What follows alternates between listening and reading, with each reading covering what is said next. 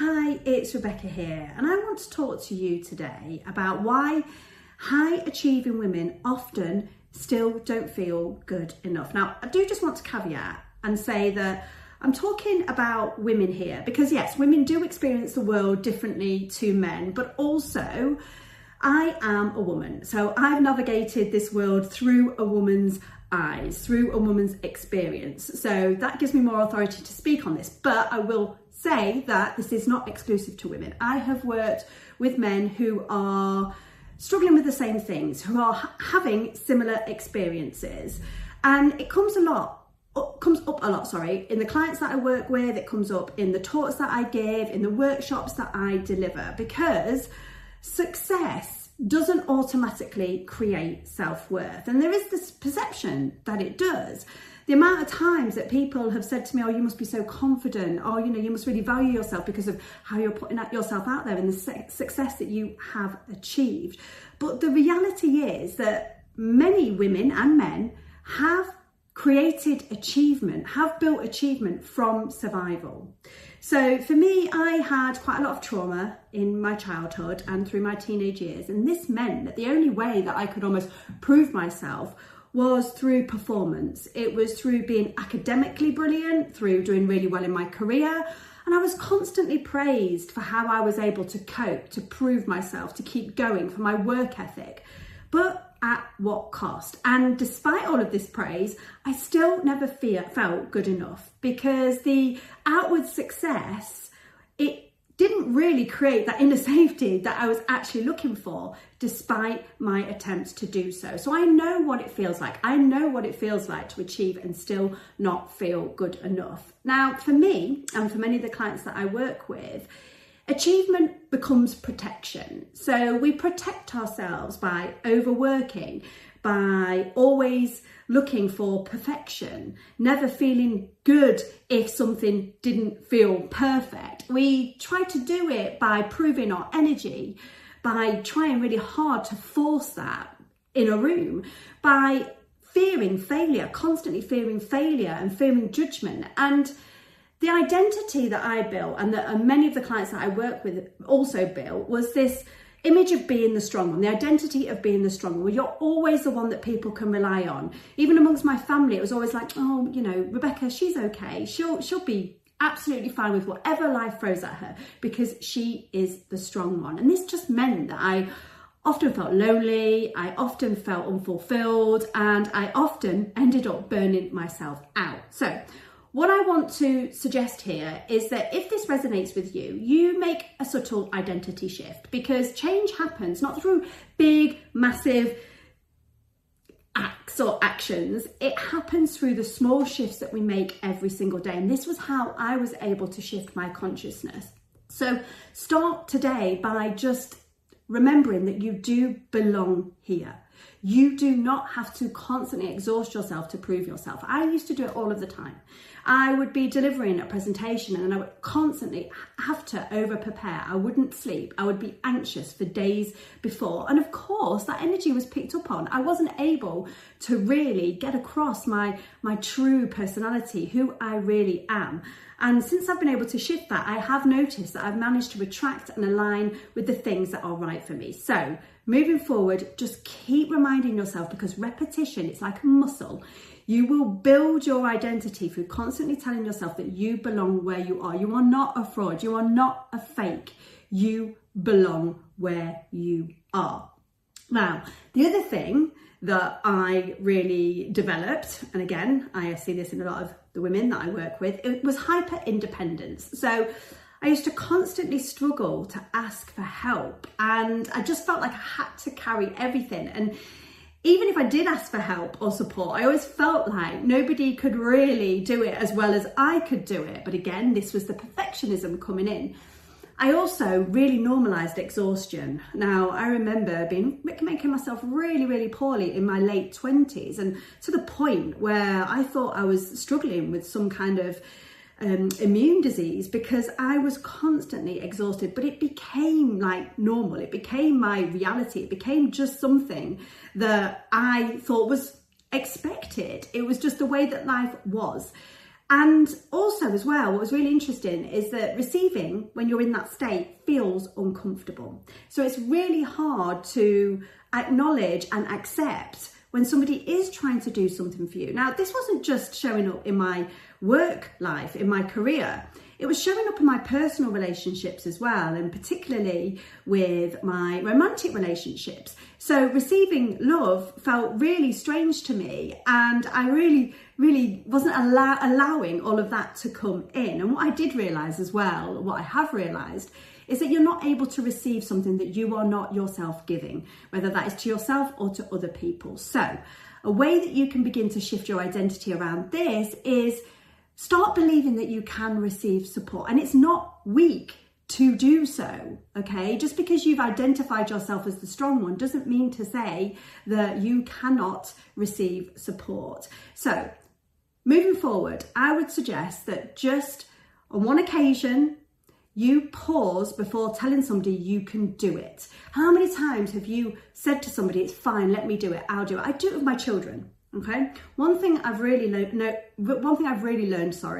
is that if I can show my children that actually I do need help, that actually I don't want to carry everything, it's going to help them to grow into the men that are able to step into their masculinity and support where it is required. Because if we constantly are putting out there that it's fine, we'll do it all, then we are constantly going to be in that cycle of never feeling good enough.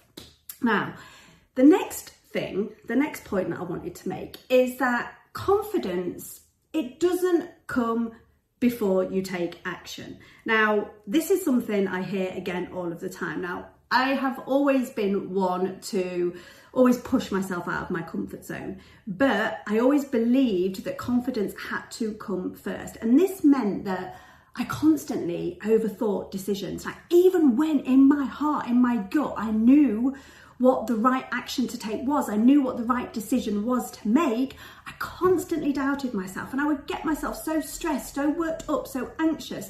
I never used to be able to sleep if I had a decision to make, because I would constantly overthink, and always I felt like I needed reassurance. I was constantly looking to those around me to validate my choices. What do you think? I remember even to the point of trying to choose clothes to wear to work or to events, constantly sending my friends, people around me, my family, pictures of what it is I should be wearing, constantly asking them what actions I should take. But the thing is that, realizing that all of this was coming from an intense fear of getting things wrong. I was so afraid of getting things wrong. I was so afraid of being judged. And trust me, when you can begin to be more conscious about who you are and really tap into that I am, then fear, it just melts away. And you begin to realize that your confidence, it doesn't come from being perfect. It doesn't come from taking perfect action. It comes from identity. So it's always identity first. Your confidence comes from who you believe you are. It doesn't come from you constantly repeating actions that you feel are going to make you confident. It comes from constantly telling yourself and believing in yourself, believing that you are all that is. You are super powerful, and the power comes from within you. It doesn't come from your external world. Now, what I want you to do in order to make this identity shift is I want you to make one decision today without asking validation from anybody. This was how I practiced this. I remember just literally sitting with decisions, making a decision, stopping myself from texting my friends, my mum, my colleagues, my peers, stopping myself from doing that and just making a decision and keep repeating that, because you have the inner confidence, you have the awareness, you were born with it. You do not need to relearn it. You do not need to learn it again, you just need to remember it. You need to remember what you've always known. And it's amazing when you can, because it just feels like you are coming home to yourself. And the calm, the sense of calmness, and how it really helps your anxiety to relax, and it really helps you to find peace within yourself. Just start repeating, making decisions without asking for validation. And this brings me on to this external validation point. Now, I was absolutely addicted to external validation. Now, when I first set up my business 7-8 years ago, it was constantly me checking for likes, constantly checking my inbox for messages, constantly checking for validation. I wanted people to see me, to give me that reassurance, but what I was lacking was that reassurance in myself. I was not giving it to myself, and honestly, that again just created that anxiety, it created that pressure, and it just created that lack of self-worth. And also as well, what was really interesting is that even when I did get the achievement or the recognition or the validation, it never felt good enough. Now, how many times have you achieved something amazing and you've never actually felt that it's enough? It's never really landed for you. You've thought that it would. Maybe you've won an award, you know, you've bagged that client, you've got that project over the line, yet it still always falls short. And this again comes from that lack of self-worth. It comes from allowing yourself to sit in that space and to really celebrate your achievements. So what I would really like you to do here is that I would like you to really begin to validating yourself first. Begin to literally celebrate your successes in private. You don't have to celebrate your successes by telling everybody straight away, by shouting it from the rooftop. You can do it to yourself first. Celebrate yourself in whatever way, shape or form feels good for you. Celebrate yourself quietly before you tell anybody else, because again, this will help you to step into your worthiness, to really understand and believe who you are, and it will stop you looking for that external validation. I really cannot stress enough how important it is that you self-validate before you share your successes with other people, at least while you're doing this work. Because when you're outsourcing your self-worth, it is absolutely exhausting. Take it from somebody who has been doing that, or did do that, for almost 4 decades. And it ended up with me struggling with an eating disorder, amongst other things. But the other thing to really understand here is that anything that's happening externally, any of those feelings and emotions, they are happening exactly what I just said, externally. They're not happening internally. So when you can begin to self-validate, when you can begin to understand who you are, whatever is happening outside of you, it's something that you can deal with, because it's not necessarily something that you need to identify with. So the anorexia, the PTSD that I was also diagnosed with, it felt really stressful. It was a very human experience. But when I was able to understand that that wasn't who I am deep down, that was the pivotal moment for me. Now, the last point that I want to make is about the survival mode addiction. Now, this is super, super crippling. Now, for me and for many of the clients that I work with, chaos feels normal. Whenever you say just calm down, it's like, no, I can't, because the chaos is what has become your reality. This is why I accepted relationships, friendships, clients that weren't aligned to who I really am, because there was a need, my nervous system was literally attached to pressure. And whenever I rested, and I hear this all the time with my clients, not just my female clients, whenever I rested, whenever they rest, they constantly feel guilt. They constantly feel like they've got to be switched on, and they get addicted to that survival mode. And that rest, that peace, that recovery, it becomes unfulfilling. So something that I want you to work on, if this resonates, to shift your identity, is keep telling yourself you do deserve peace.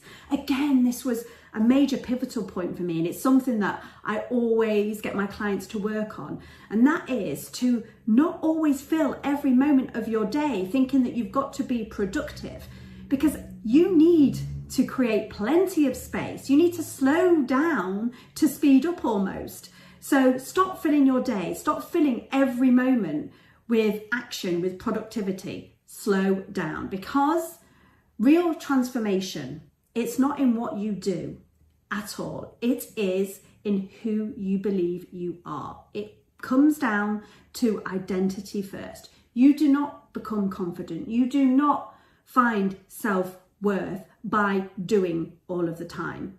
You do it by believing in yourself and in who you are.